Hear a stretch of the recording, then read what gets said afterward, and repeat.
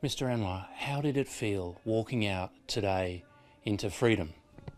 Well, indescribable. I mean, there's a taste of freedom. I used to say you only have to experience incarceration and insult to realize the importance and significance of freedom. Why do you still want to be Prime Minister? Your political ambitions have cost you so much. You could have asked me last year, but now it is already almost there. I'm almost there. It is important, although we still support Mahathir, it's also based on the reform agenda. We've been fighting to ensure that there's democratic transition, democratic accountability in this country, and that this country must mature as a democracy. To become Prime Minister, Dr. Mahathir must step aside for you. After all you've been through, do you actually trust him to do it? He's committed to do that. I mean, you have seen a series of pronouncements, and the fact, and more important is that he seemed to be adopting the reform agenda, talking about judicial reform, taking action against excesses and corrupt officials. And I think people would recognize that this is a new Mahathir, rejuvenated, and at his age, 93, just keen to do it fast. And I think we should give him that recognition, not only because due to his tenacity of purpose and his work and sacrifice, you know how much he was maligned in the media that he created. But he now feels what is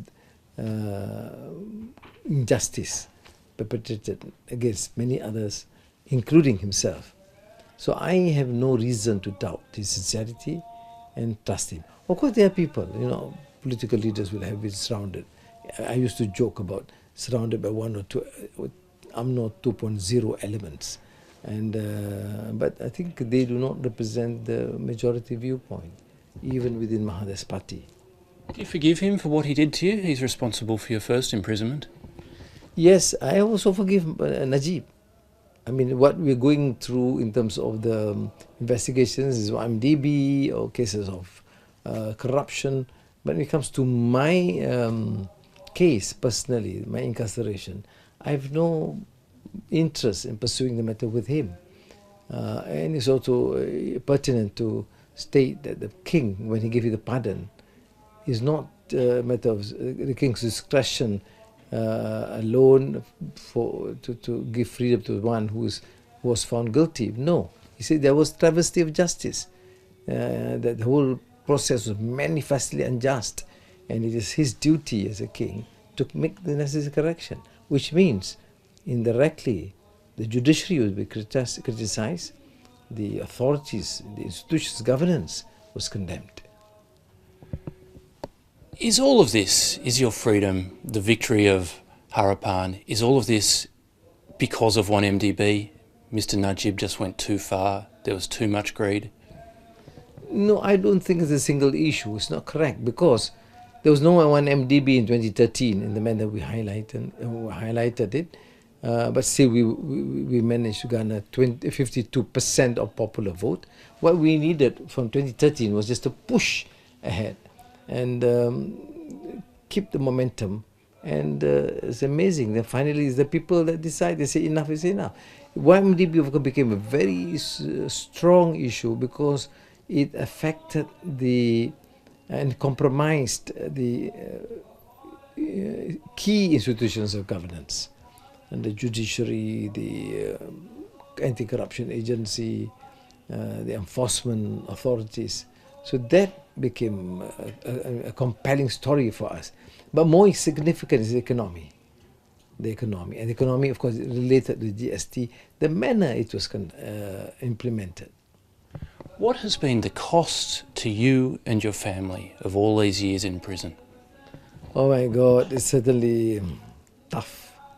And to see your children grow up without the father, and then now start having grandchildren without their grandpa. I mean, this is sickening to my mind. It should not have happened. It should not happen to anyone else. Now that I have some influence with the authorities, and hopefully when I take over, I tell you, it will be a major crime on my part to condone any sort of these excesses. Anwar happens to be known. People talk about it. There's swell of support. But there are others. If you allow this to happen, then there's erosion of, later on, public confidence. But significantly, the public said enough is enough. But as I said, the more compelling case is the economic hardships faced by the people, and there is of course this gap between the impressive pronouncements about economic growth and registering phenomenal increase in investments, and the stark realities of huge inequality and not necessarily abject poverty as such, although we have pockets of it, but certainly poverty in the midst of plenty. Now there are tens of thousands of Malaysians waiting for you tonight here in Kuala Lumpur to talk to them. We'd better let you go and speak to them. Thank you for speaking to us, and congratulations on your freedom. Thank you.